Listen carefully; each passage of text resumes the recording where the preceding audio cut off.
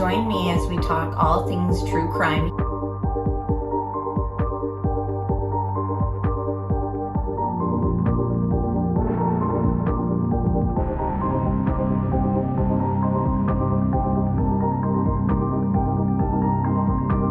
Made contact and shattered. The missing 4-year-old. The parents have called in and thus that the mother has went through a wall, came home, now they can't find her. Chad, where are Lori's kids? They've been missing for 4 months. You have nothing to say? 4 were stabbed multiple times and were likely asleep during the attack. Some had defensive wounds. Most of them had just like one that was the lethal stab wound. Oh, what a tangled web we weave. Once I told a lie, and I told my family, I had to keep lying.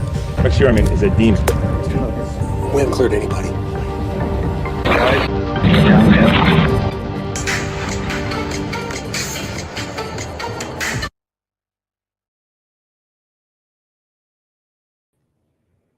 Hi, everybody. Thank you so much for being here for another ATS News live stream.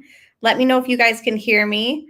And anyone experiencing the storms that are coming, I know that they're all around the country right now, especially in the South. Stay safe. And yeah, if you're able to tune in, thank you guys for being here. So hello, Johnny, Melly, Terry, Sherry, Cindy, Dustin, Bean Bio Girl. Good to see you guys. Adrian's here. Zoe. Also, I wanted to thank everybody for the gifts that you've gotten me off of my baby registry. I was very, very surprised, and thank you just so much. I can't thank you guys enough. So I just wanted to thank everybody who's done that already. I really appreciate it, and just happy to see everybody. I am back after a week off, feeling much better. My little one and I got sick on our way home, but I don't have a fever anymore. So I figured I was ready to come on and see you guys again. So again, thanks for being here. Now, as I was gone, I seen some disturbing new updates. Of course, everything about Stephan Sterns is disturbing, unbelievably disturbing. And then I go away and I hear from Law and Crime and Duty Ron both reported this. Now, I went on the internet to find an article just describing it so I could read it to you guys. And mainstream hasn't even talked about it. I couldn't find any article describing the information that was found in recent documents describing an interview or information regarding Stephan Sterns' parents and something that his mother had stumbled upon in his room, in the room that he resided in, because of course he was living with his parents and back and forth at Jen Soto's house. Hello, Marshall Dove and Pointer Lover. Good to see you guys as well. And anyone else that I missed, just thank you guys so much for being here. And the purple one, everyone who's here, thank you guys so much. Yeah, it's nasty isn't even the word, right? I mean, especially since I took it upon myself, which I don't really recommend you guys doing, to Google exactly what it was that was found. And I was just like, oh my gosh, like, why? Why does he have this? I don't understand it. Yes, Allie, I will get into that right now. So let me just pull up because, like I said, Law and Crime did their own read through of the information. And Jeanette Levy, I won't play the whole thing. I'm probably going to skip around. But as you can see in this little like picture here, like they read through real documents. So I'm just going to let her read through it. We'll skip through some of this. And then she has a guest on who gives his professional opinion. So we'll listen to that. And then we have, of course, the 900-page documents that we've been reading through. I believe this is maybe our 7th live stream where we've kind of been skimming through them. And we left off in an area that kind of talks about more information about search warrants. So I figured we would read that as well, go through those documents. Haven't read ahead. So anything I pull up live with you guys is just real time skimming through. And yeah, it's just us reading it together.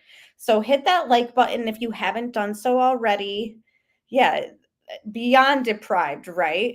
The purple one, like I can't even wrap my head around like why why anybody would need that. So let's get into this, guys.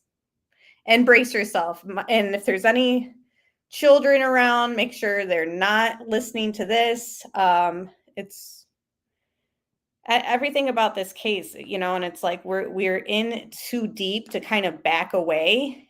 We kind of give it a break sometimes and stop discussing it, and we'll talk about other things. Then we'll jump back into these documents. It's just very, very heavy stuff, disturbing stuff. But we're here for Madeline to get justice, and we're going to ride this out until then. I believe he is due in court in October, so we will keep up. Detectives in Kissimmee tracked Stearns' movements using license plate readers. They basically knew the route that he took when he left that morning. Even though he was a suspect in Maddie's disappearance early on, detectives still could not find her body. So they asked police to search the home of Stearns' parents in Northport, about 3 hours south of Kissimmee. That's the view of the house on Google Maps. You see the silver Lincoln in the driveway. The police reports from that search are interesting when it comes to Stearns' mother. Officer Fegan wrote, "On our arrival, we observed a female later identified as Deborah Stearns outside her residence and calling out for," the name is redacted. That name being redacted will become important in a moment. The report continues. Contact was eventually made with Deborah, who was very emotional during our initial interaction. Initially, Deborah only appeared to be upset by a torso she found in her son Stephan's room. Deborah would elaborate on this torso and described it as a sex doll. This was later determined to be a rubber/plastic sex toy found by Deborah when she was cleaning the room where Stephan had been staying. Deborah advised that Stephan was not here, but she believed he had returned to the property last night. So for some reason, he returns to the property after Madeline has been missing. Now, again, there's many websites. I can't pull it up on the screen to show you guys, which I'm sure you guys are okay with.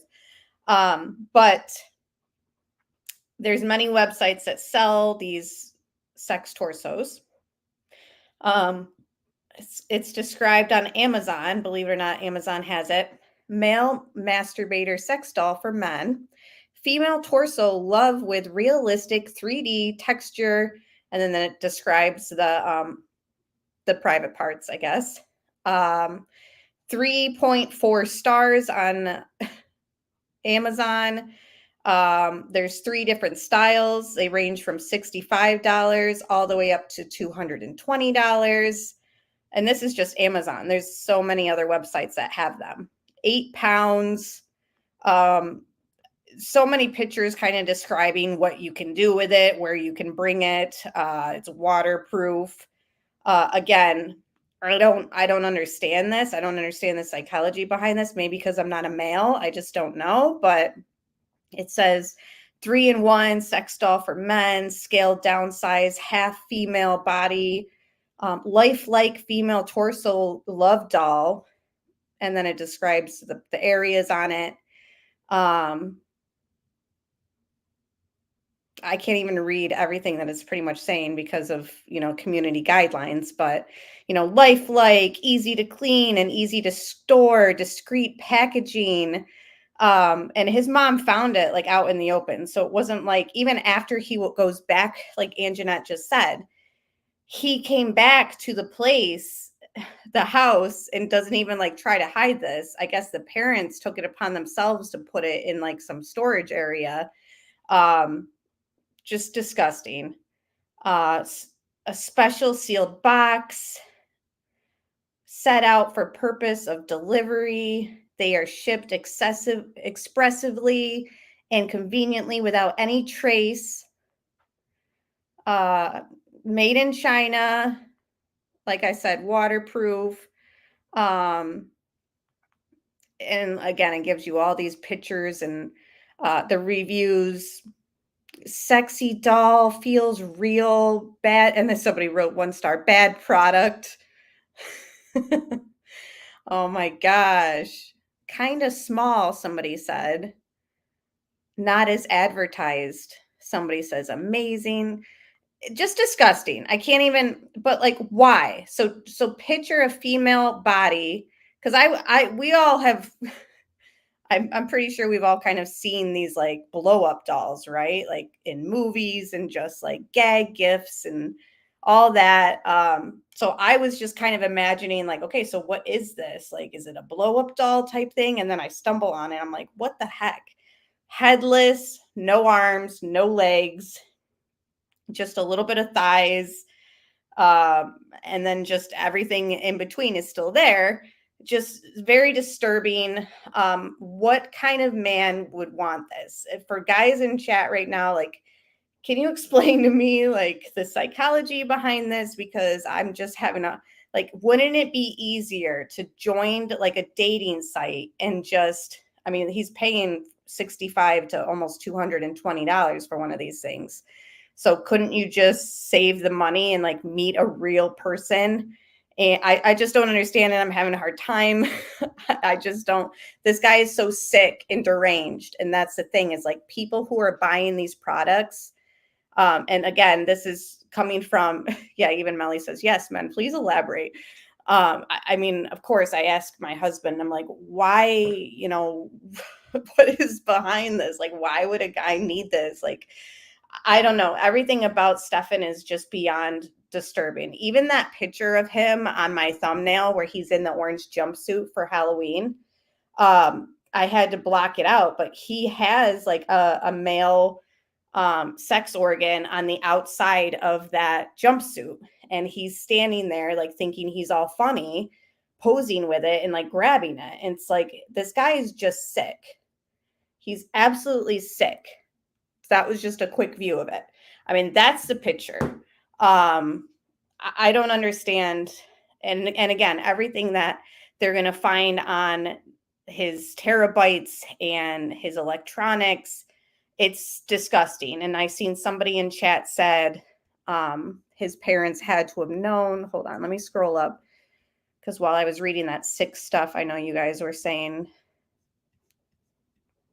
Stephansterns' parents had to have had some idea of what was going on. Or why would the mommy think to snoop around his room? Exactly. I agree. I think that they have known for a long time that there's just something off about their son. I don't know if this is learned behavior. Like we heard, again, this is hearsay, but a friend came forward, a former roommate, if you guys remember all the way back. And he said that he knew Stephan when they were growing up and his mom was buying him like Penthouse Playboy magazines when he was like 12, some like young age, like maybe 12 or 13, early pubescent. Wasn't like he was 18, you know, like it was early years of puberty that his mother supposedly was buying him. I'm reading Johnny's comments, too funny. But like, really, I don't understand that. Imagine being a parent and you just had to put your son's washable sex doll away for him, still picking up his dang toys, eh? Yeah, exactly. And we're going to hear in this report that his mother like calls him a monster. And hi, Keenly, good to see you. Oh no, I hope you can fix it. That's no good. We need dishwashers. We all need a dishwasher. His mother, you'll hear in this report that she calls him a monster when she's speaking to cops. And it's like, again, this was early on. This is in like February when things were just, you know, unraveling, maybe early March. Either way, in the beginning of this investigation, his mother calls him that, which is totally different and contradictory of what she ends up emailing him months later that we kind of went through, I think, on our last live stream on this case, where he's just talking about, Bethany said, hubby said, hell no, LOL. I just, that's the thing is I really feel like the psychology. Oh my gosh, Caroline. You know, I need to know deeper things. I know it's probably not that deep. Like my husband said, he's like, people who are getting that are just deranged. There's no explanation behind it. And that just describes him, you know, deranged. So, yeah, so the mother starts to say that you weren't alone in all this, and it's unfair that you're taking all the blame when, Jen Soto, it redacted her name, but we know that's who she's referencing, had a part in this. And it's just very interesting how back then, months ago, she's calling him a monster to law enforcement. And then months later, while he's got like an attorney, I don't know what they're thinking, because even if he blames Jen Soto and tries to put like more heat on Jen and all this, he's not going anywhere. Like, he has 2 trials. He has the murder trial from Madeline, and he has all the CSAM that was found on his devices. So he's going away. There's no doubt. Women who dated him briefly say they broke off things with him because of his preference for rough, forceful sex and other degeneracies. Yes, and remember when we read through some of these files, there was an interview with a girl who met him at Disney, who dated him. And he like openly told her about how he had woke up one morning aroused next to Madeline in the bed. And she was like, oh, that was like a red flag. But yet she didn't come forward. It's just like, I hate that. I hate that things have to happen, and then we get all this insight from people. And it's like, but at the time, like, didn't you think like maybe, even though we know that Jen probably wouldn't have done anything, like, wouldn't you think that you should, at least contact the mother of that child that he was talking to you about?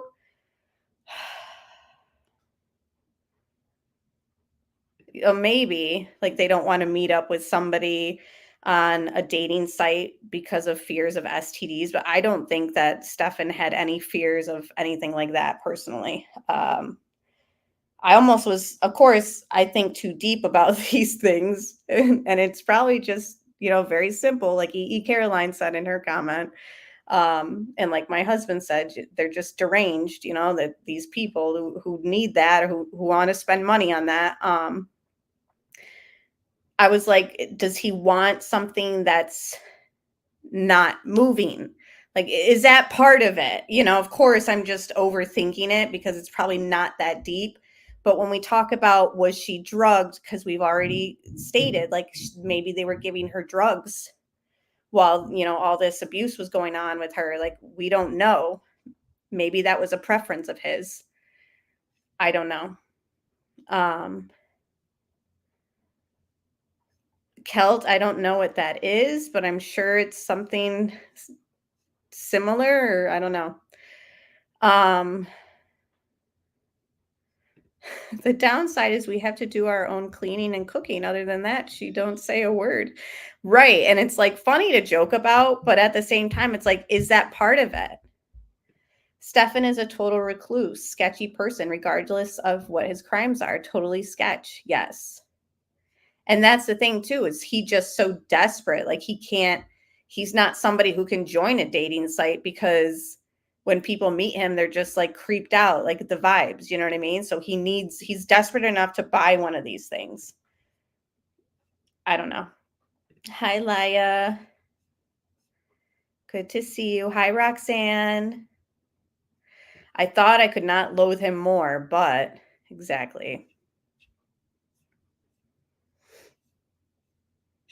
Okay, let me continue on with this report. Yeah, Jen is, what's the word? She allowed and encouraged this to happen. And where is she now? Where is Jen now? Like I read before, just thinking for overthinkers is overthinking. I just don't understand it. Like, I just don't understand, like, why.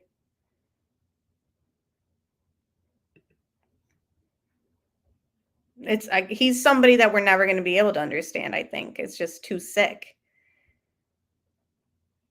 The reason he did not have a job was because he was selling CSAM online. I think that is a likely scenario. We haven't seen anything that actually proves that. They did do a search warrant for what's that app? Discord or something? Or Telegram, maybe both?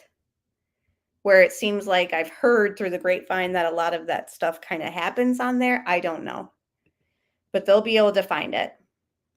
Yeah, she dare not show her face. She knows what she did. And where is this going to go for her legally?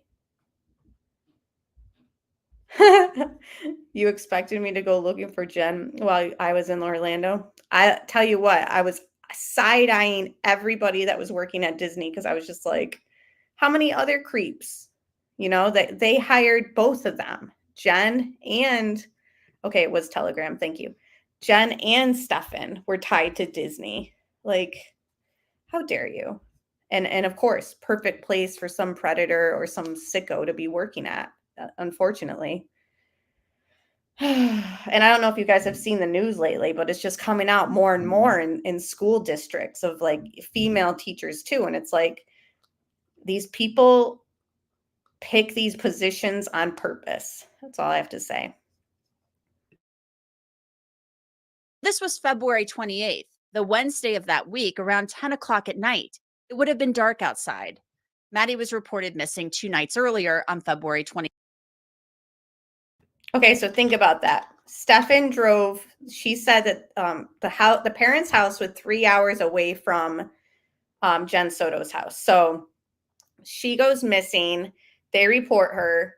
We know he was under surveillance because of documents that we've read. And he drives 3 hours to go back to his parents' house. Why? 26th. It was later divulged, the report says, by Deborah that she was awoken at exactly 3:19 hours this morning to her 5 dogs barking in a manner to alert her that someone was at the house. Deborah's husband, Christopher Stearns, was not at home last night as he had ventured to Orange County at approximately 2300 hours to assist their son, Stephan Stearns, with a recent housing crisis. Deborah Stearns then explained the reasons why she believes Stephan would have returned to their home almost 3 hours south of Kissimmee. One part is redacted from the report, but then it says she believes Stephan could have returned for cash that was kept within the home by her and Christopher. Deborah Stearns then told the officer that she took something from Stephan's bedroom, but that is also redacted from the report. The officers took photos of Stephan Stearns' bedroom to So they didn't redact the sex torso that was taken from the room. But then the mother tells the officer she took something else from his room, but they did redact that. So is that something different than the sex torso, or did they just forget to redact the sex torso part in the top part of this document? I'm concerned. Tom said it will be interesting when the discovery is released. There's probably a ton of things we haven't heard yet. What a creep. Yeah, and I think that there's going to be a lot of things that they're just going to try and they can't show, you know. Johnny said, it's just for pleasure, Miss ATS News, for single people that maybe been married and don't want to cheat. They get a second wife. Oh my gosh. I mean, yeah, I that's the thing is I don't want to judge people for their fantasies or whatever you want to call it. I just knowing what we know about Stephan, I'm just concerned. It's just very housing crisis. Stephan Stearns would have been homeless if not for mommy and daddy, right?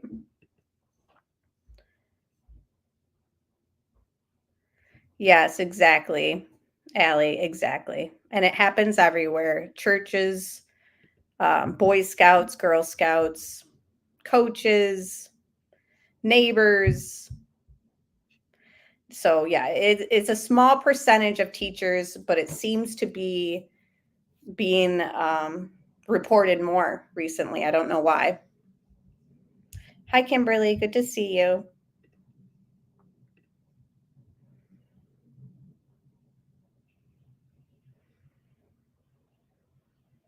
I agree, Caroline. document the way that it looked. They searched his parents' home and said they found nothing of evidentiary value. Now, this was the same night that Stephan Stearns was taken into custody by Orange County Sheriff's deputies after the sheriff said they discovered Stearns had tried to delete evidence from his phone. At the same time Stearns was being booked into the jail, Northport police wrote, Deborah expressed her disgust at the crimes her son is alleged to have committed and is hoping that, name redacted, it's safe to assume she means Maddie, is found alive. So here months ago, the mother's like, oh, I'm disgusted. He's such a monster when she's talking to authorities. And then months later, she changes her tune like, oh, you didn't do all this yourself. And it's not fair that she's free and you're not. So it's like, does she just put on different faces with different people too? You know, like she's discussing the stuff with a cop face to face. So she's got to put on this, oh, I'm disturbed and this is disgusting. He's such a monster. And then later changes her tune through the emails. It's just bizarre to me, the contradiction. If that was my son, I'm sorry. No way would I ever say anything that could sound like I was defending you. Everything they have on Stephan is so solid so far.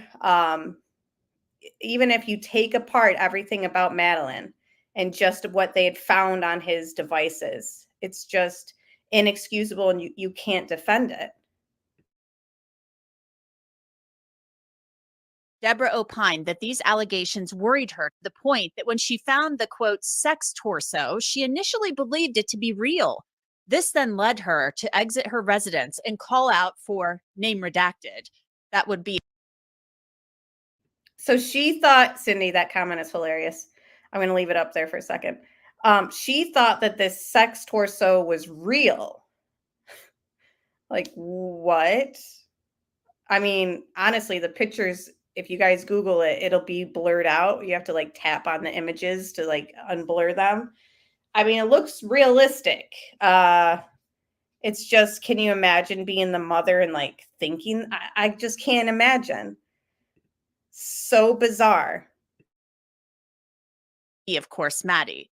The officer and a detective wrote that Deborah Stearns was worried that Stephan had returned to her home early that morning when the dogs awoke her and they were barking, and that he may have put Maddie in the woods behind their house. So here's the other thing that's kind of weird is like I described what the torso is.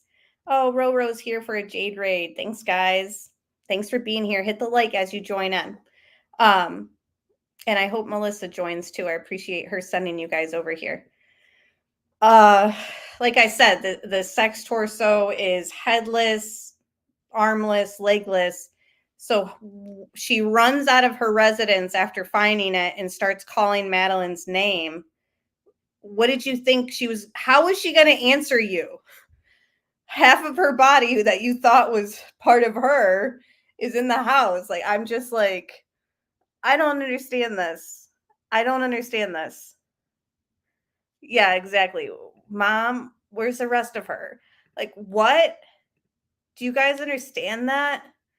She stumbles on this sex torso, thinks that it's Madeline, runs out of the house and starts calling her name, thinking that her son brought her there in the middle of the night when the dogs were barking.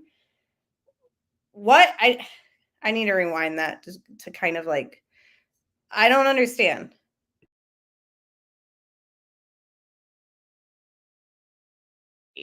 The officer and a detective wrote that Deborah Stearns was worried that Stephan had returned to her home early that morning when the dogs awoke her and they were barking, and that he may have put Maddie in the woods behind their house. Of course, the officers searched the area and did not find Maddie. Stearns had been living with his parents. This is why Stearns told police he went to Kissimmee that Sunday prior to see Maddie and her mom. It's my parents' house. They're old and they need help these days, and they got a house full of poodles and it's chaos. So I needed to come back up here and just get away from that. Between two deaf old people yelling at each other and poodles yapping all the time, it's enough to drive anyone up a wall. Just very happy to be back here. That Sunday, Stearns drove his dad's silver Lincoln from his parents' home in Northport to the apartment where Maddie and her mom lived in Kissimmee. The way that he has like no problem at all talking crap about his parents too to authorities and that. Like, oh, between two deaf older people and the poodles barking, like, shut up.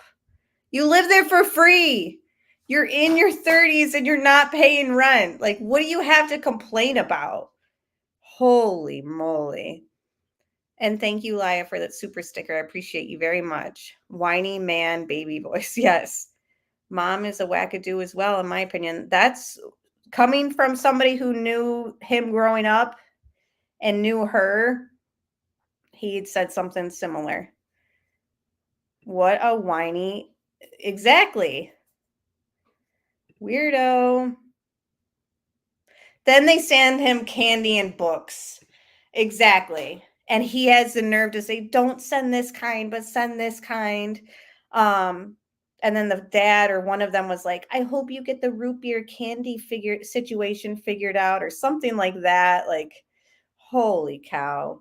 And he's in prison complaining, or jail, I'm sorry, complaining about the conditions and it being dirty. And he thinks there's dried blood on the wall. Like, oh, but you were just complaining about your mom and dad living at their house because of the poodles barking. This guy, holy cow. Yeah, he wants origami books. Holy cow. Me too, Melly. Like, I can't even. He's just too easy to make fun of, too. Less than 24 hours later, police said Maddie was dead after celebrating her 13th birthday with a party at her grandparents'. Hey, Crime Fix viewers, Okay, let me skim through some of this. They do a little ad. I want to get to the part where she has a guest on. We've gone through this. This is like the what was in the documents that we're going to read through after this segment of the crime scene. I was going to go to House Rules Games down by Oak and 192, but I didn't make it that far. I got a flat tire on the way. Do you remember where you got your flat tire? It was on 192. I pulled into one of those plazas somewhere. It's been about 10 years since I switched out a tire, though, so I made a lot of... Liar, that's not where you pulled over. And it's funny, too, because, like, he's over here lying. Then, of course, they get, like, the real reports from people who were like, no, we saw him, and this is where he was. never rat out a friend. It really made me mad, and I felt like you valued them over us when you let them get away with stuff. Don't be doing that again. So this is the email from the mother that we've gone over months later. All know that Name Redacted was heavily involved in this, and I am disgusted that she is free and you are not, when this is not all your fault. You need to think about yourself more and her less. She sure isn't thinking of you and how she can help you right now. That whole family is willing to stay quiet and let you take the fall for everything. When you do that, you are hurting us too. Please get out of your head over this and start talking with your attorneys. This stuff is serious and you need to approach it as life and death, which it is. I think of the craziness that Name Redacted lived through with Name Redacted, various partners, not a stable life at all for a child. I do pray for Name Redacted and for you daily. In that message, Deborah Stearns is clearly talking about Maddie and her mother, Jen Soto. Jen Soto has not been charged with any crimes related to Maddie's death or disappearance. I want to bring in. Hello, Sprinkled Donut. Just wanted to give you a shout out because I know you're driving. We are all saying hi to you. I don't know about you guys, but I'm going to be absolutely outraged if this case proceeds and there's nothing of consequence coming to Jen Soto. A lot of people, former law enforcement, duty run, police off the cuff. I want to say maybe even Ed Wallace was in agreement that they might just still be digging through stuff of Jen's to kind of solidify a true arrest, something that they, won't fall through the cracks, something solid. So I'm just praying that that's accurate, because I can't have another case where there's somebody else who had direct involvement or a hand in. I mean, she admitted herself that she allowed them to sleep together. She sanctioned it pretty much. She handed her daughter over to him. And if this case proceeds with just Stephan Sterns being put on for death row, and trust me, I want him to get the death penalty. I do. Now, I don't say that about every death penalty case, but I think it's specific to each situation. This absolutely requires it, but there's something to be said about a mother who kind of allowed this to kind of take place. It never would have happened if she wasn't letting him in and out of their life, this going on and on for years since she was 8 or 9. I mean, she had to have known. She had to have known, in my opinion. And I can't see us going through a trial and just sitting back and being, satisfied with just Stephan reaping the consequences. Like there needs to be more. There needs to be more. And I'll be extremely disappointed with Florida because, I want to say they're the only state that has now said that you will get the death penalty if you essay a child. That was sort of a new thing that the governor created in Florida. And everyone was like, wow, good for them. It might be other states too, but I know that it's something new in Florida. And that, I love Florida. You guys know I just got back from there. I've been there so many times, not just to Disney, but just, it's a great place to visit. And I was really happy that they came out with that. But I'll be extremely disappointed with Florida if they let Jen kind of slide. Curious Cat says, I agree. Jen needs to go down and they should not give her a plea as a witness. They have so much on him without her. That's how I feel. I really do feel that way. Absolutely agree. I've always talked to my daughters and told them about these kind of people. Yeah, you have to, sadly. And that's what's unfortunate is like, it's not just daughters that this happens to, but I know that it's more frequently and it can be easier for it to happen to girls. And it's unfortunate that you have to have that conversation with your kids because they don't understand it. They don't know anything about bad people like that, except for villains that they see, right, in movies. And then you have to tell them, you have to have that conversation with them, and it needs to be said, needs to be had. Regardless of Jen's amount of involvement, Stephan is the only adult in those pics and committed murder. He should get DP either way. His parents are whacked the F out. I know it. I know. And I'm not saying that Jen should be tried for murder. If they have something that kind of points her to having, pre-knowledge, or she helped cover it up, or she was an accessory after the fact, then yes, if you've got something on that, then, slap her with it. I'm just saying at the very least, some child neglect. And speaking of people who saw red flags, like that girl that dated Stephan, from Disney, who said that he woke up aroused next to Madeline. She didn't come forward until she had the interview with police. I keep going back to the interview and the counselor because we've gone through that interview in these documents too, the 900 pages. And she said something along the lines of Madeline told her that Stephan makes her feel uncomfortable. And it's like, why didn't that counselor do more? Your mother's boyfriend makes this child feel uncomfortable.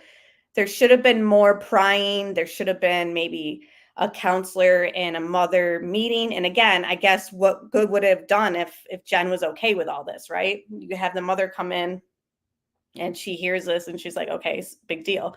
But still, we don't hear about the counselor saying, so after she told me that, I had a discussion with the mother and we discussed what she had said. That never happened. And that kind of upsets me as well. Because if you're a counselor at a child's school and somebody who's not in the family, even I guess a family member, the child is saying that they make them feel uncomfortable, why wasn't that dug into more? I don't get that.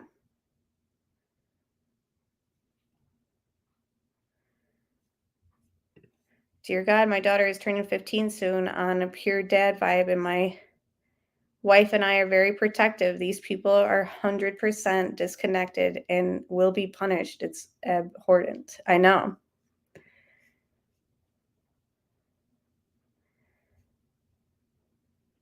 All right. So let's hear what this expert has. I want to say he's a legal expert, maybe a lawyer. I don't remember.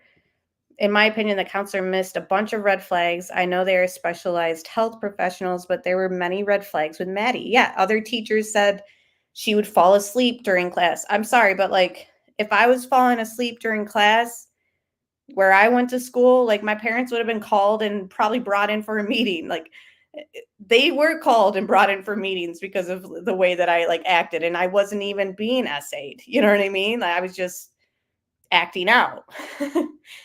I didn't like authority. I still have a little problem with authority. But you know, so it's like, of course, different school districts, different decades even. I mean, went to school upstate New York. She's in Florida. We are decades apart from each other in age. I'm just wondering, like, why wasn't any of this kind of brought to anyone's attention? Even Maddie's father, like, he wasn't completely out of the picture. Shouldn't a teacher have maybe contacted him as well? Like, I don't understand. And then there was something else too. The gym teacher said that she was always anxious. Not that that really means much. A lot of kids can be anxious. There was something else that was like very red flag that I didn't understand why it wasn't. Oh, and I mean, it's not really red flag, but in a way it is. One of the teachers said that they never even met Jen Soto. Like they would have those open houses and stuff. Jen never showed up. It's just showing more and more like how neglectful the mother was. And then she goes missing and she emails the teachers. She's like, yeah, I got an email back and she said that she never made it. Why are you emailing the teachers? Why are you not calling? It to me is just very bizarre. Yeah, what's going on with the bio dad? I don't know. I believe there was a custody battle between them or child support battle or something between them. I don't know.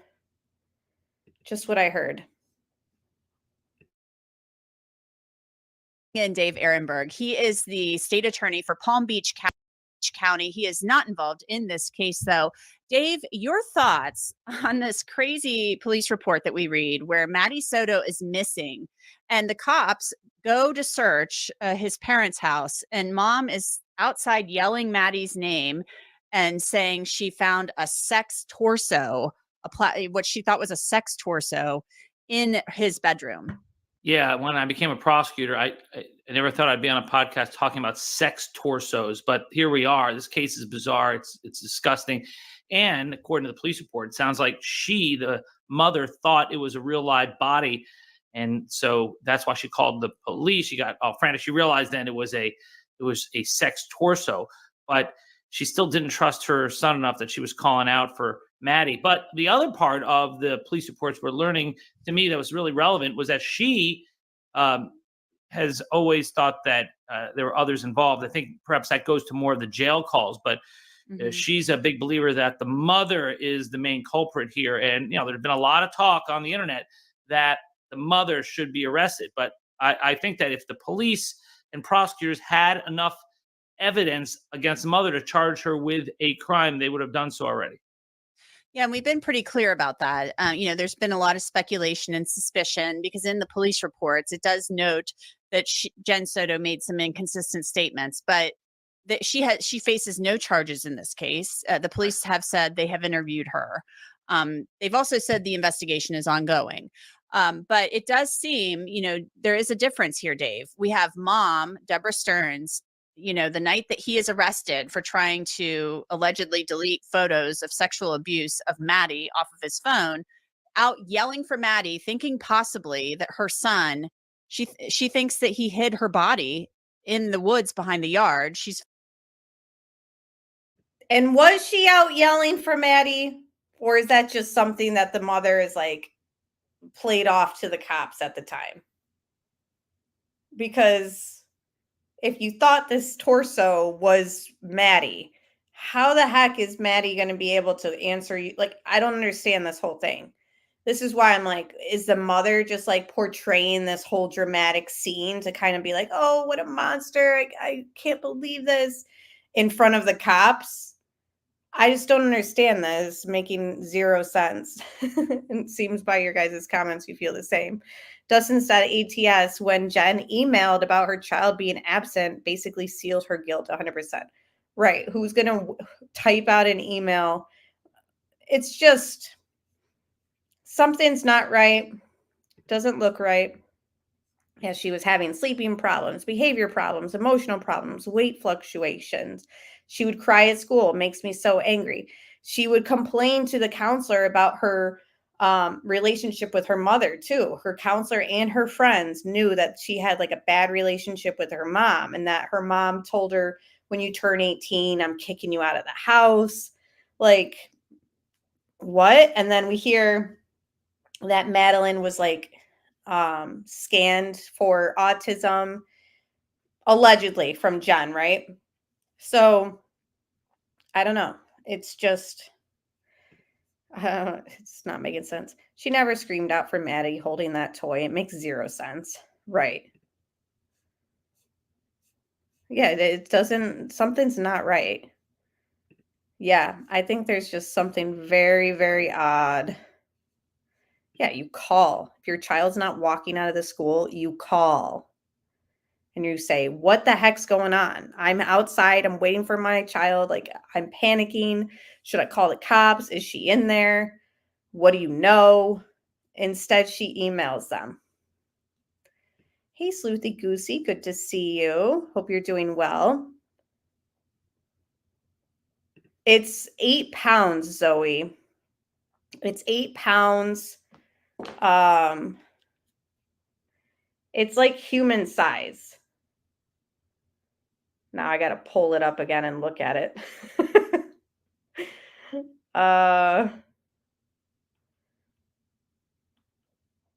So just imagine a petite woman's body with no head or legs or arms.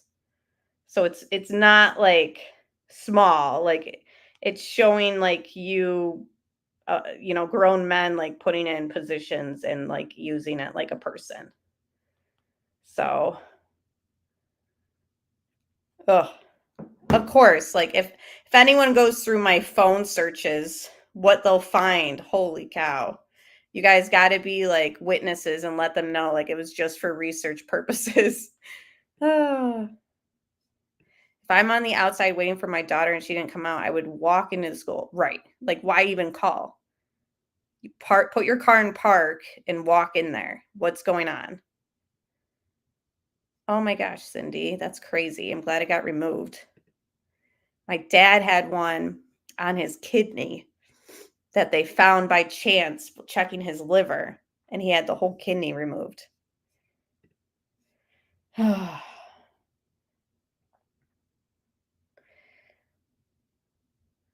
it is a very crazy case, and I think it's going to get worse and worse. What a gross SUB. Yeah, and that's putting it nicely. Fearful that this sex toy thing she found in the bedroom is a real torso. It almost sounds like she suspects her son did something to Maddie. But then later on in June, you're right, she sends that message on the jail tablet saying basically that suggesting her son is taking the fall for other people. So what do you think about that? I mean, is she just trying to help her son out? Or as a prosecutor, how do you view that message and the difference there? You know, there are like different stages of grief. Well, here are different stages of being shocked that your son was involved in such a horrific crime. First, you want to be helpful, and then you start to, you know, rally around your son to think that, you know, get defensive, and you think that someone else should take the fall for this. There's someone else involved. She didn't quite say in the jail calls that you're innocent. She said that there's someone else who's more responsible, who could be of help, and she's, you know, letting you hang out to dry. So these are different stages, different days, but the evidence is so overwhelming against Stearns. And now in Florida, you are eligible for the death penalty, not just for murdering someone, but for sexual assault on a child, which is what is being charged here. So he could get it either way. There's nothing good that's going to happen to him. And even if the mother is eventually prosecuted in this case, he's not going to get a break to turn on her, because this guy is already facing the maximum penalty. They're not going to let their foot off the gas and not seek the death penalty against him, because what he allegedly did is so horrific. It doesn't matter who else he tries to implicate. The allegations are horrific. He is innocent until proven guilty. He enjoys the presumption of innocence. But everything that we've read through the police records and, the court documents, it's absolutely horrifying, the life that Maddie Soto, a 13-year-old girl, just turned 13, was living. There's almost a suggestion by Stearns' mother that other men had abused Maddie, even though Stearns, it appears, had been dating Jen Soto off and on for many years. So what do you think about that? Because the police have said the investigation's ongoing. Do you think that possibly maybe there's some truth to that? Because the police, when the prosecutor and the police have said the investigation's not over, it's ongoing, maybe that's what they're referring to potentially. I don't know. Yeah, I did take the police comments to mean that they are searching for more evidence to see if there's others involved, or whether the mother was so neglectful that she should be charged with child neglect. She's the one, after all, who allowed her daughter to sleep in the same bed in another room with Stearns. And if it's proven, or at least if it's shown with some evidence, that there are other men involved, then I think it's much more likely that the mother gets charged. But you're right. Everyone's innocent until proven guilty, and the mother hasn't even been charged yet. But this investigation is ongoing. I suspect we'll see some more evidence. Don't know which way it's going to go, against the mother or against Stearns, but we're going to see some more evidence come out that we don't know of yet. Interesting. They were leaving no stone unturned. It seemed like many law enforcement agencies were working together. They even searched a storage unit down there in Northport. This is almost 3 hours south of Kissimmee, Orlando area. And so they were looking everywhere for Maddie's body because they couldn't find it. Yeah, well, they also knew that Stearns had visited that storage unit while the investigation was still going on. He had visited for a short period of time, I believe for 10 minutes. He got his way in there, even though it was not his storage unit, it was his father's. But we don't know what they found in there, if that was something that can be used against Stearns. But yeah, the police, this is a high-profile case, and police know it, and they're taking their time because they don't want to make a mistake. They've got this guy behind bars, and they don't want to start the speedy trial clock under the state law against the mother by charging her too soon. If you charge her too soon before you got the goods, then you gotta get her on trial before perhaps prosecutors are ready, and that is a danger. So I respect what law enforcement is doing. They are being meticulous. They are getting all the evidence, knowing that if they act too soon, then time won't be on their side. Yeah, and they did. They said they didn't really find anything of evidentiary value in the storage unit. They did take swabs, though. They found a keychain with like a picture of a young girl and some other items. They also see some computers and things like that. So I'm sure there'll be some evidence found on there. Dave Arenberg, thank you so much. Thanks, Anjanette. Great to be with you. Yeah, so prosecutors seem to have their hands full with the two trials against Stephan right now, and whatever they're trying to dig up on Jen Soto, we'll have to wait and see. And of course, they're going to make sure that it's solid. So, all right. So we have been scrolling through the almost 900 pages, 896 to be exact, investigative reports, etc. There's been a lot redacted. Anything that has a black page obviously has very sensitive and important information on it. So we haven't really been able to see a lot of it, but we have seen some interesting stuff so far. So when I was kind of seeing where we left off last, I know that there's more search warrant stuff popping up. So let me just see what this has to say, and we'll find out, if it's anything we haven't already seen. Looks like this is talking about his car. We kind of have read through the stuff that have been found in his car. They're pulling out, history on the navigation stuff, anything that's been deleted. We have a list of items that were found in his backseat and all that. So you'd have to reference a previous live stream to find that information. I will say that they found a pair of black shorts and pink undergarments in his car. So that stood out, and a lot of nitrile gloves. Now this is about the 28th. Again, I'm just reading this live with you guys. Haven't looked through it prior. So a lot of redaction. Now this comes after a search warrant.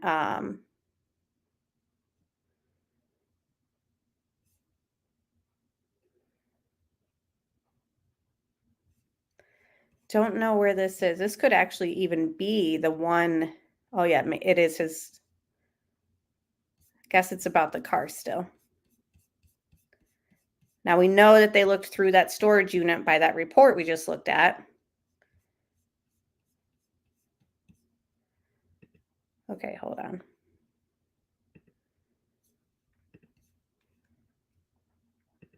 So thanks everyone for being here, covering a very disgusting topic, but I appreciate you guys all here. So lots of redaction. So very important stuff obviously was found with this search warrant. Stuff they don't want to share until trial. Okay.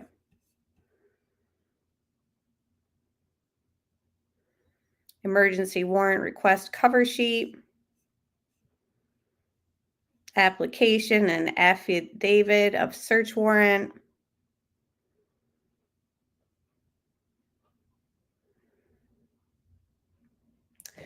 Okay, so it looks like they took buccal swabs from Stephan Sterns, DNA genetic material, blood, saliva,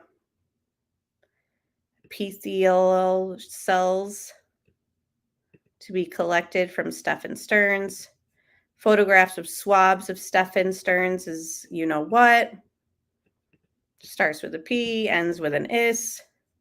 Clothing worn by Stephan Sterns.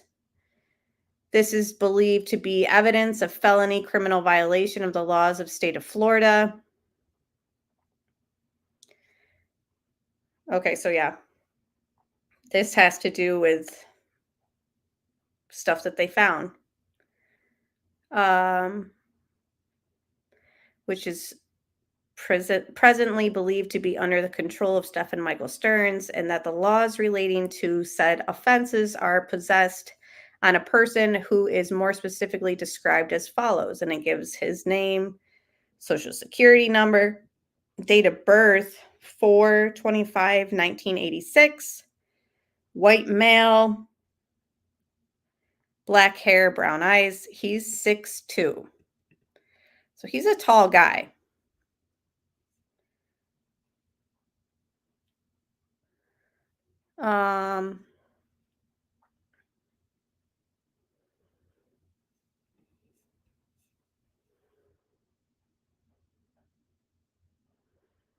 Okay. On February 26th.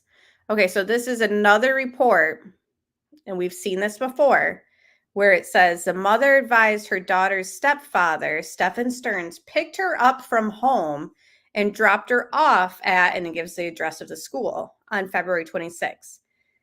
But we all know that he stayed the night at the house. He didn't go and pick her up, right? Like, so we've seen this over and over kind of being reported.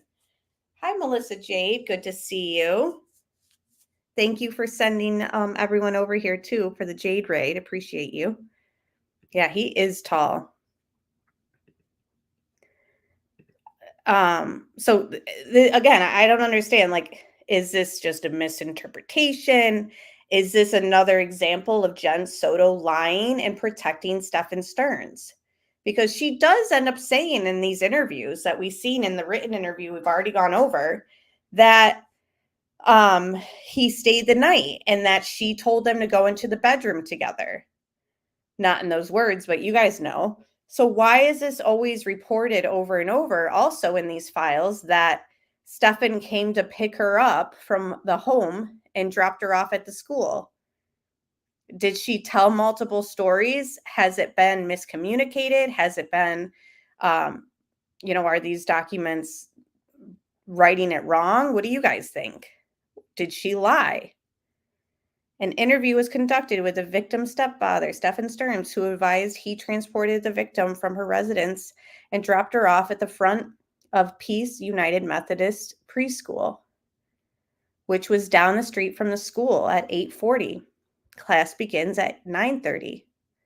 License plate reader captured Stephan's vehicle with Florida tag, blah, blah, blah. We know that. Driving away from the school at 8:10 in the morning. During the interview with Stephan, he provided consent to search his phone. However, he stated he had accidentally performed a factory reset on the phone. Everyone does that, right?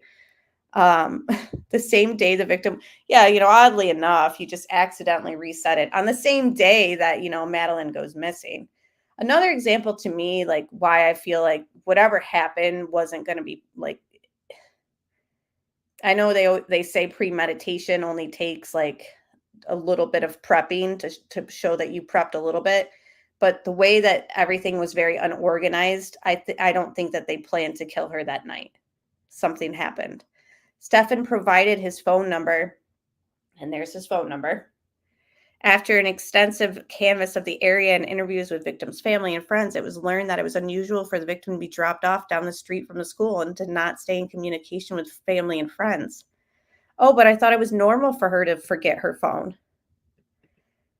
Another lie told by Jen, because this is saying that, that they had interviews with victims' friends and family. And it was unusual that she had no communication with family and friends. And remember that one friend's interview that we had already gone through. She said that she always got a good morning text from Madeline. And that when she didn't get that one that day, she was, it alerted her, she was concerned or she noticed like this is odd, not the usual. But, Jen and Stephan both say, well, she's got ADHD. She forgets her phone. Interesting. Upon review of the contents of Stephan's phone, several images and videos were located depicting the missing juvenile and her private parts. Not going to read them out. As the focal point of the pictures and videos. There were also pictures and videos depicting the missing juvenile's private parts and mouth, with what in it. As such, the files depicted the sexual performance of a minor. So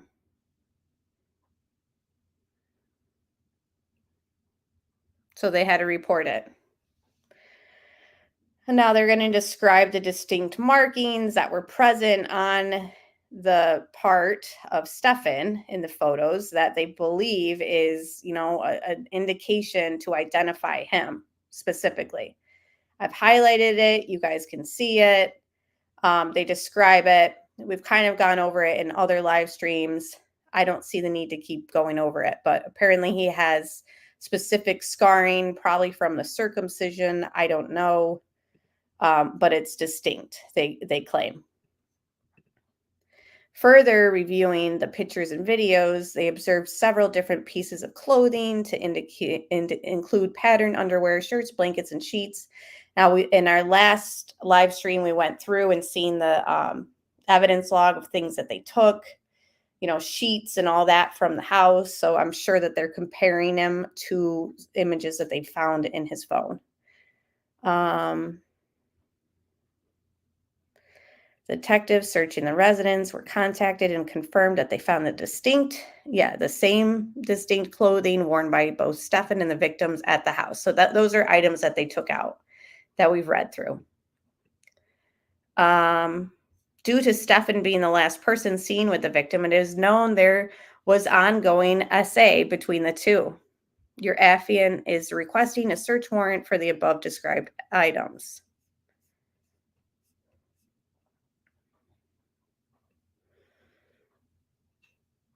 So this is talking about the saliva they took and the clothing.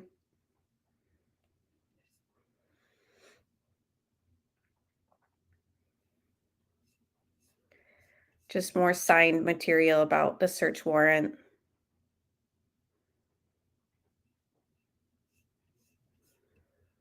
Case supplemental report. Okay, we haven't read this. So this is from Kissimmee Police Department. On February 26, 2024, at approximately 2,000 hours, probably not saying that correctly, redacted, of course it's Madeline, a 13-year-old was reported missing to the Orange County Sheriff's Office by her mother, Jennifer Soto. Jen Soto completed a sworn written statement to Orange County deputies to the following. Jen stated on 2/26/2024 at approximately 8 o'clock, she saw, interesting, because Jen said in a former interview, what's the date on this? Okay, this occurred on the 27th. Remember, guys, in a former interview that we read of Jen in these documents, we should have written down pages. Oh, we should have got more organized with all this. Jen said that she never saw her getting ready. She told the media she did, but in an interview, she told them that she woke up, Stephan was in her room looking for the dog leash, and she got out of bed to help him look for it. She thought she heard somebody who could have been Madeline in the kitchen, but she wasn't certain if it was her or not, and that she never saw her.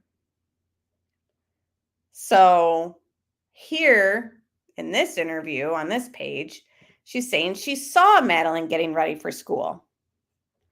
Jen, okay. So that we need to find that other page because this is just not the same thing that she told another reporter. Jen stated Stephan Stearns took her to school and dropped her off close to the school. Jen said Stephan dropped Madeline off at Town Luke Boulevard between Town Center Boulevard and Hunters Park Lane. Jen said Stephan dropped her off between 8:30 and 8:45 hours. Jen stated Madeline never made it to school. Jen went to, and then it's the address of the school, around 600 hours to pick up Madeline, and she never came out of the school. Jen stated she searched around the area and then went to her mother's office but could not locate her.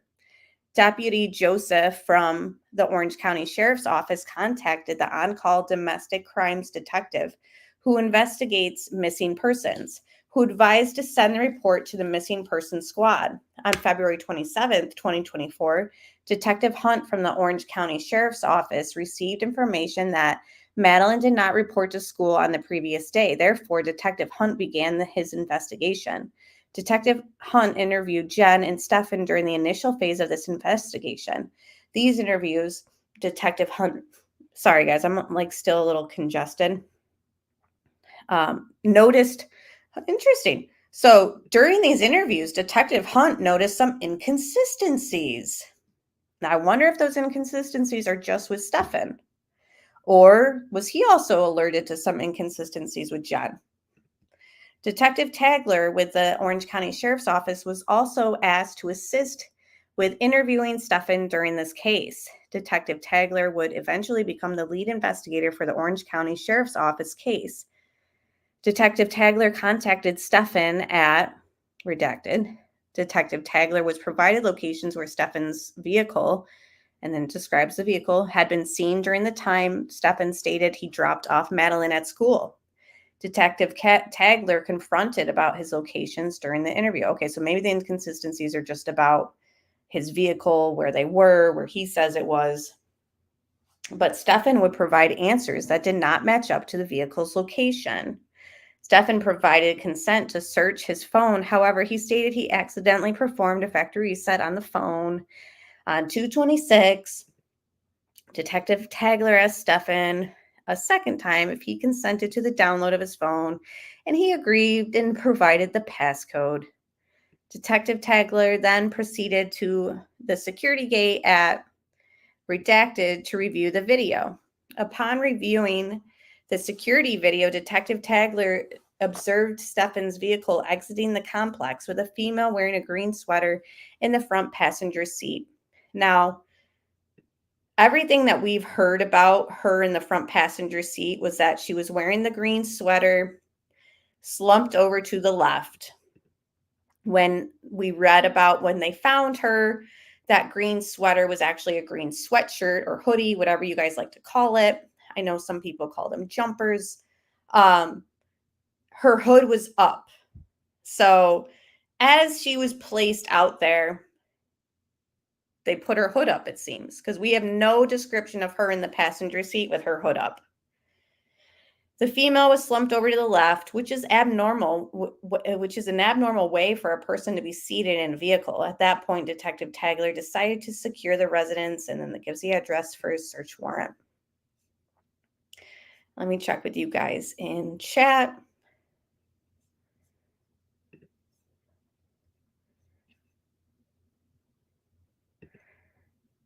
I agree. Yeah, I'm not buying that the mother didn't know anything. Come on, she had to have known. She has changed her story about that morning. She's changed it in these interviews, and she changed it to the media. Why do you change your stories if you're not lying, right? She also said she saw Maddie that night after the party, and she heard about her presence and they had fun. Yes. But a friend of Maddie's said that she did not seem happy because not many friends came. Yeah, and that she didn't get any money or something from Jen or something along the lines of being unhappy about the presence. So it's like, actually, no, we're hearing it from a friend that it's the opposite of what Jen's saying. And Jen was like, we didn't have an argument. We haven't had an argument in a while. Right. I have a feeling an argument took place that night. But if there's other roommates in the house, I mean, what did they have to say? What did they hear? In my opinion, Jen never was really around physically, emotionally, and mentally. I agree.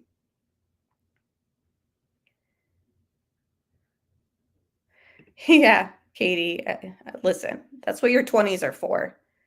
I'm not proud, but I used to get blackout wasted in my 20s, and my phone always ended up with me. My ADHD friends always had theirs too. Exactly. She lied. I think so too.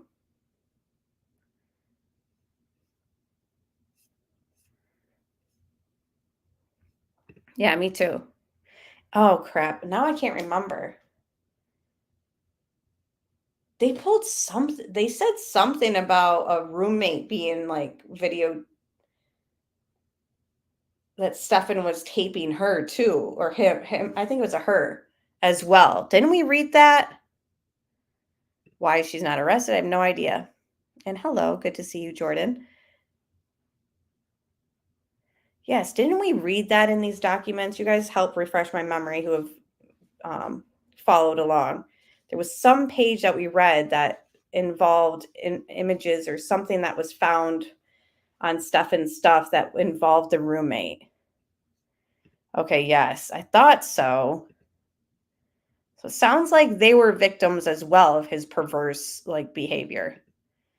Give me a sec. I'm going to read more after I take a drink and blow my nose because I'm still just got minor cold symptoms still. 1 second, guys. Sorry.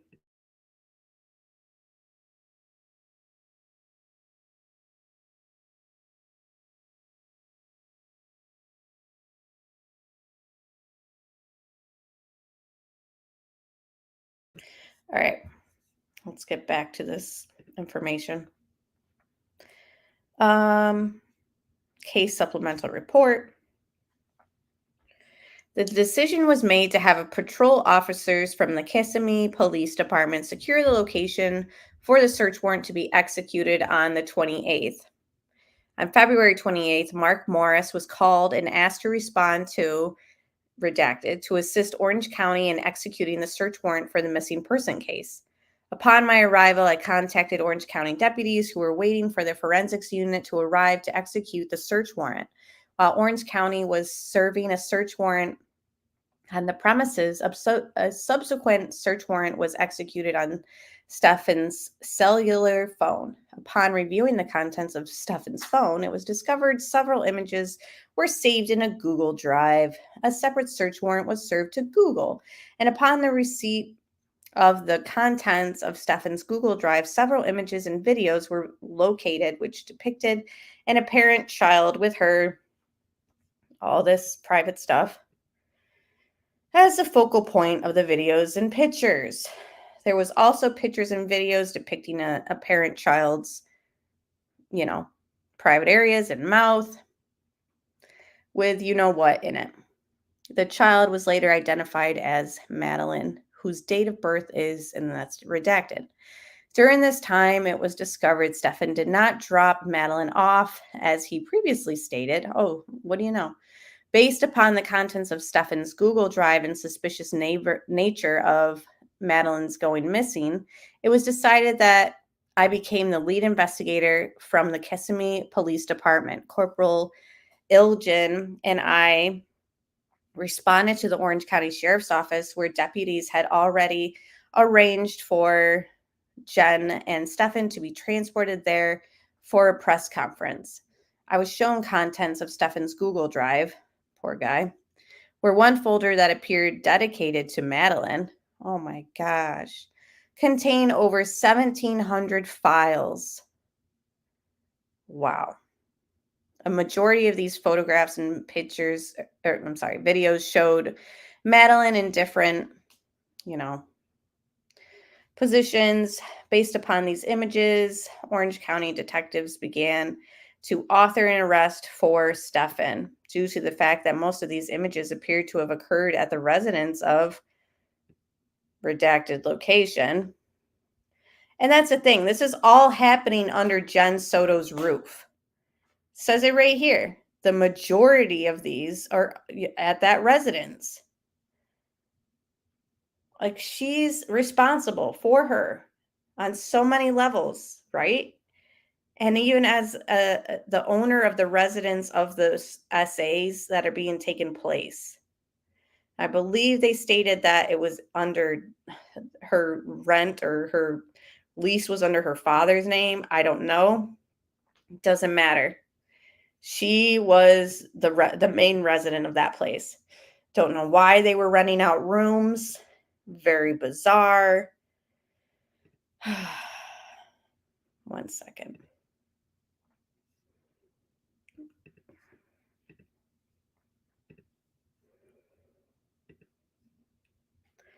Okay, probable cause was provided to Detective Moore of the Kissimmee Police Department. Detective Moore wrote the arrest warrant charging Stephan for battery and possession of child P.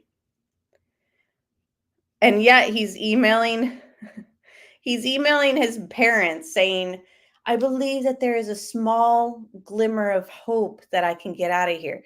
You're not going anywhere. You're not going anywhere. Sorry you're complaining about how thin and worn your mattress is, but get used to it. While the arrest warrant was written and obtained by Detective Moore at approximately 16:45 hours, I contacted redacted in a conference room at the sheriff's office. I wonder if that's Jen. Jen was asked questions about Madeline being missing and the dynamics of the household. Jen stated her and Stephan had been dating on and off for approximately 7 years. Stephan had moved out of the home in the later part of 2023. Jen stated while they were together, they would either all sleep in the same bed or Madeline would sleep with her when Stephan was not there. Huh? When asked if it was normal that Stephan and Madeline's to sleep together without her being there, she said, yes. Jen stated if she needed a good night's sleep due to her anxiety, well, I'm sure your anxiety's through the roof now, she would ask them to sleep in a different bedroom. But Madeline had her own room. So why, because of your anxiety, would they need to be together? Orange County detectives had previously shown Jennifer photographs of Stephan's, you know what? For identification purposes.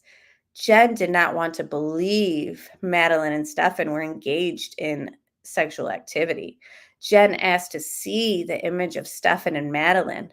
I pulled out a printed picture of Stephan's Google Drive that showed Madeline with Stephan's, you know what, in her mouth. Jen said she didn't recognize anything in the picture, as if she was in denial. However, she became visibly upset. See, all this is just an interpretation, this officer's interpretation of her, saying that she's in denial and she was visibly upset. Was she, though? Or was this an act? I asked Jen additional questions unrelated to this particular case. I excused myself and told her that I was going to speak with Stephan. I would love to see the camera of Jen, in the room by herself after having this conversation, after he excuses himself to go speak with Stephan.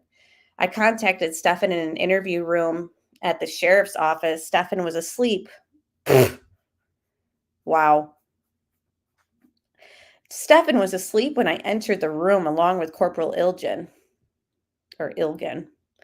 After introducing ourselves, I explained the reason why we were there speaking with him. I read Stephan his Miranda warnings, which we waived and agreed, we waived and agreed to speak with us. Stephan stated he had known Jen for several years and they dated most of that time. I asked Stephan what was the sleeping arrangements within the home. Stephan stated, okay, this is redacted, so it's going to be hard.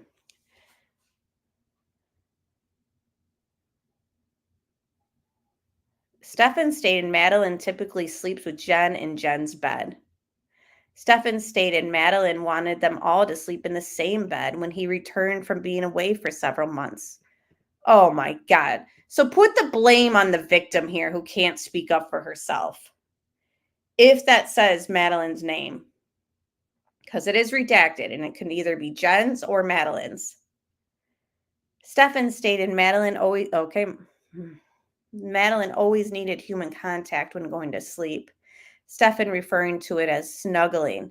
As the interview went on, I asked Stephan if Madeline has ever been sexually active with anyone in the past. Stephan stated there was an incident when she was much younger.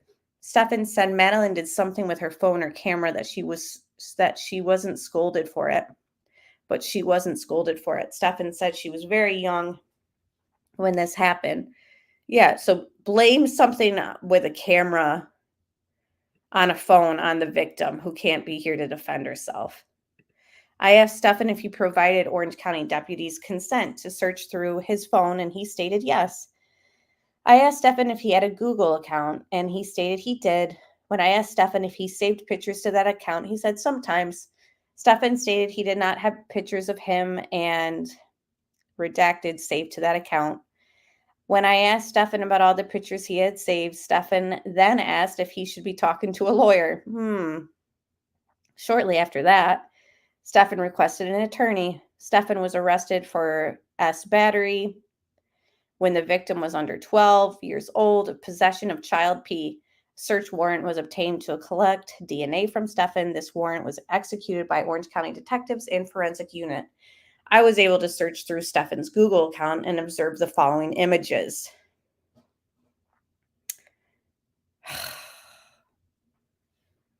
Okay, this is stuff we haven't read. Video file depicting prepubescent female resembling Madeline, who would have been 8 years and 4 months old. Madeline is laying next to Stephan in a bed watching cartoons on the television. Stephan is asking Madeline, oh my gosh, so this is a video, to put his, oh my gosh, I can't even read this.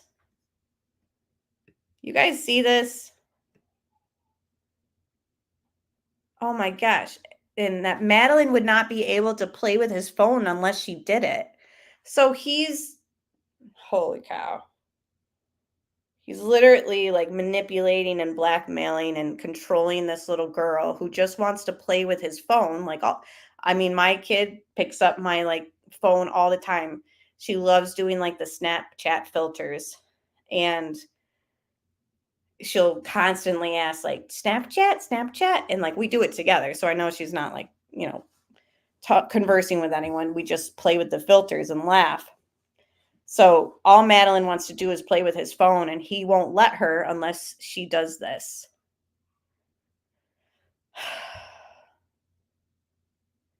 And this is when she's only 8 years old.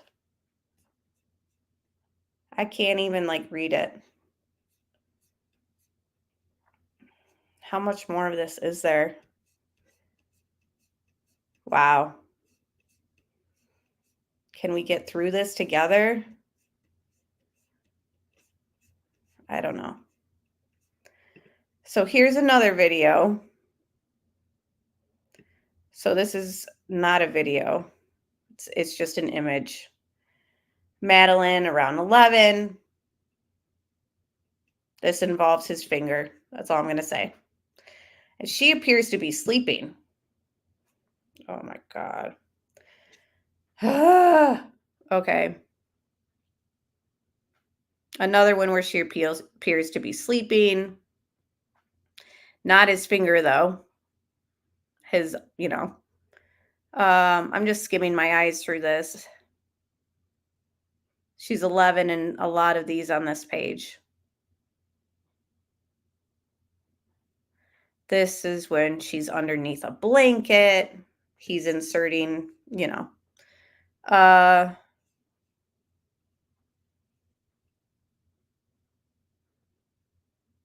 they're identifying her also because of her beauty mark on her face and the marks on his, what. Oh my God. I can't even. And these poor officers that are having to see this. So you're telling me, this is what I don't understand. The word that I just highlighted. Yeah, exactly. She's not sleeping. She's trying to pretend she is, or she's drugged. Yeah. I agree, Johnny, because of the what I just highlighted. How is that happening? And she's not waking up, or how is this happening where the mother doesn't know? When it comes to something like that I'm highlighting, you're telling me Jen Soto, she never complained to Jen about anything like that? Like Jen just had no idea? Where is Jen when all this stuff is taking place?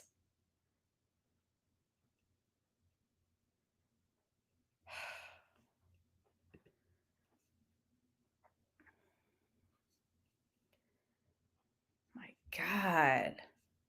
Yeah, this guy definitely, he better fry. There were hundreds of other images containing Madeline within Stephan's Google account, with most of them depicting SA. Copy of Stephan's Google account was submitted into evidence. This supplement will be forwarded to the state attorney's office. And I can't even with any more of this tonight. We read through enough. And of course, oh, Jen had no idea. I'm not buying it. I don't buy it. I agree, Bambi. She had to have known. And that he worked at Disney with all the kids. I know. Exactly, Michelle. I mean, let's face it. Nothing was spoken to her about anything that you're kind of describing. Come on.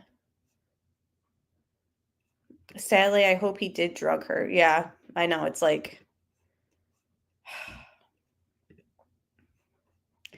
Yep. I know, guys. I'm sorry. I knew that this case was bad, but that just like took a turn for the worst. And that's only what, page 300 and something out of almost 900. I mean, I don't know how much more we can skim through. If there's more interviews, yeah, I want to read them.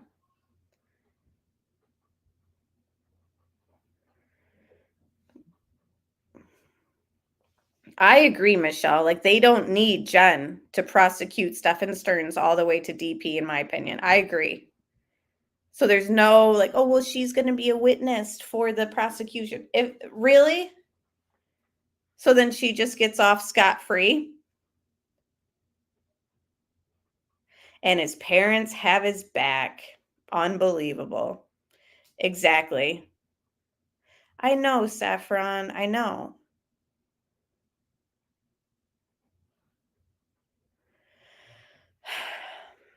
That is just too much, guys. Me too, E. Caroline. I worked real hard to think of ways that Jen might have known nothing or be bullied into it, but the sleeping arrangements wrecked that for me. I agree. Oh, Marshall Dove has a good point. He could have been drugging Jen so she would sleep and not notice. We have to leave everything on the table as a possibility. But I just don't know. I just think she's hiding. I'm in Central Florida and nobody has saw her. Where the heck is she? I'm sorry, Sherry. I know I feel sick too.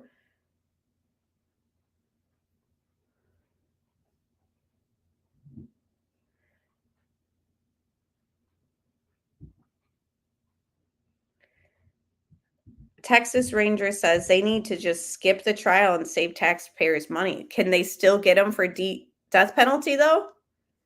I think he has to go on trial for that.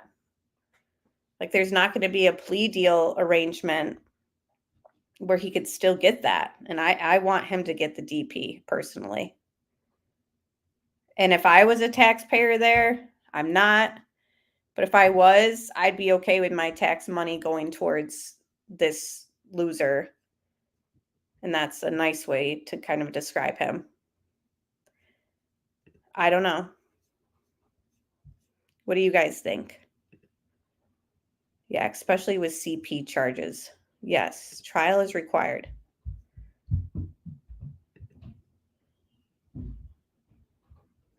I'm sorry, but I believe Jen knew. Come on, she let her child sleep in the same bed as her man.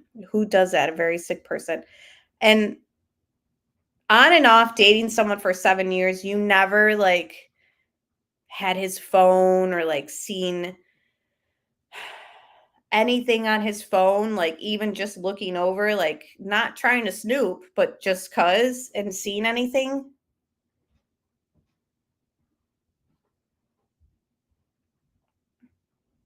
Yeah, exactly. You know what would give me anxiety? An adult in bed with my child. Exactly. That this whole, oh, my anxiety, bull crap.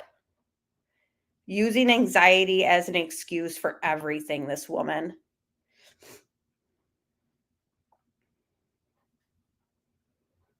Yeah, I think so, Johnny. I think that they're gonna somehow find that out. Like, was he selling these images or was he hoarding them all to his sick self? He didn't have a job. That's a red flag. Where was he getting money from?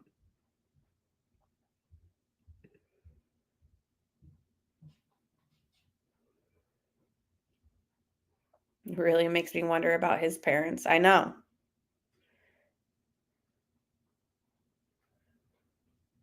She worked nights. How convenient.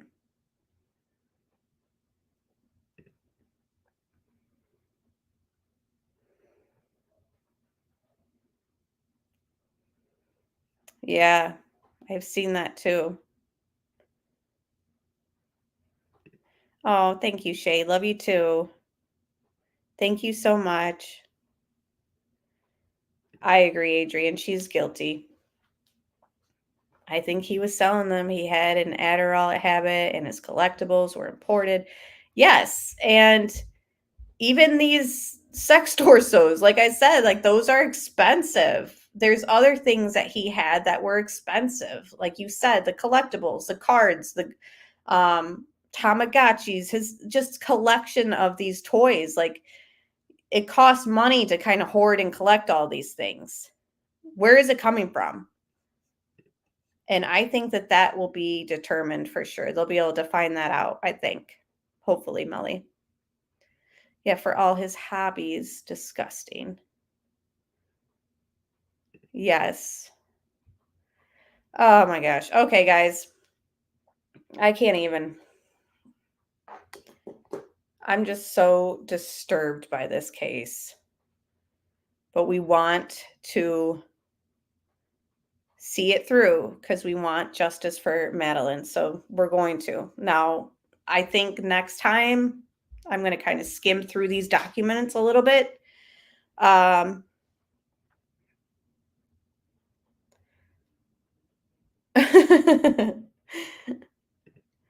And kind of know what I'm going to be reading before I stumble upon it like that. It's just unbelievable. But yeah, guys, join me tomorrow night. I don't know. I think we'll do something. We're not going to do Stephan for a while now. Join me tomorrow night. I think I'm going to put together something on Gypsy Rose. We'll talk about her and some updates on her. I'm going to watch the finale on her reality show. I haven't watched it yet because I was out of town. I love you guys too. Thank you so much, everyone, for being here. Everyone who hit the like button, thank you so much. Laya, thank you for the super sticker that you sent earlier. And we will talk more cases this week.